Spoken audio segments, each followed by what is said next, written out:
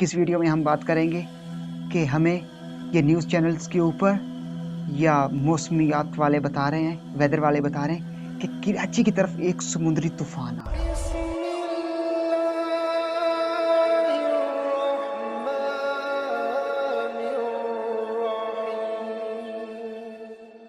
बिस्मिल्लाहिर्रहमानिर्रहीम। तमाम देखती आंखों, सुनते कानों और धड़कते दिलों को मुदस्सर इकबाल का प्यार भरा सलाम।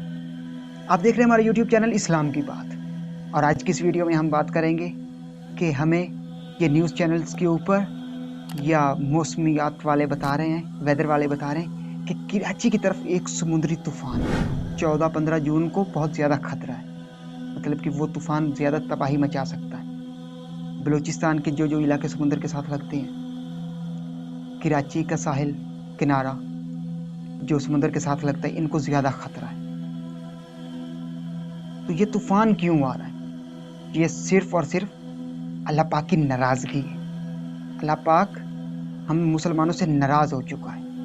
ये जो आज मुल्क पाकिस्तान में जुल्म और सितम किए जा रहे हैं ना, और गरीबों के साथ, मस्कीनों के साथ जैसे जुल्म और सितम किया जा रहा है, गरीबों, मस्कीनों और यतीमों के मुंह से 2 वक्त का नवाला, 2 वक्त का खाना भी छीन लिया गया। तो अल्लाह पाक नाराज़ होगा। अल्लाह पाक नाराज़ हो गया है हमसे। अल्लाह पाक हमें वार्निंग दे रहा है कि बच जाओ, छोड़ दो ये काम। हमको समझना चाहिए, हमको सुधर जाना चाहिए कि अल्लाह पाक हमसे नाराज़ है। इसलिए अल्लाह पाक हमें वार्निंग दे रहा है।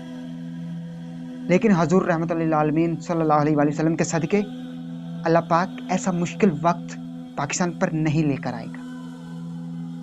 ये जो तूफ़ान की पेशन गोइयाँ और समुद्री तूफ़ान की ये जो खबरें चलाई ना कि फ़लाँ तारीख को ये तूफ़ानी रेलें या समुद्री तूफ़ान पाकिस्तान में एंटर होंगे, और पाकिस्तान की जो समुद्र के साथ साथ किनारे के साथ साथ लगते हैं शहर, उनको बहुत ज़्यादा खतरा है।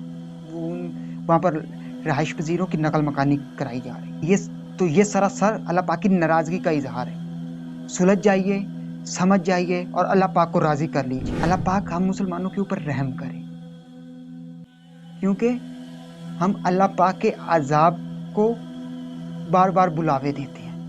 जो पिछली उम्मतें थी, उनके ऊपर अजाब आता था ना, जब एक इतने से गुनाह के ऊपर अजाब आ जाता था।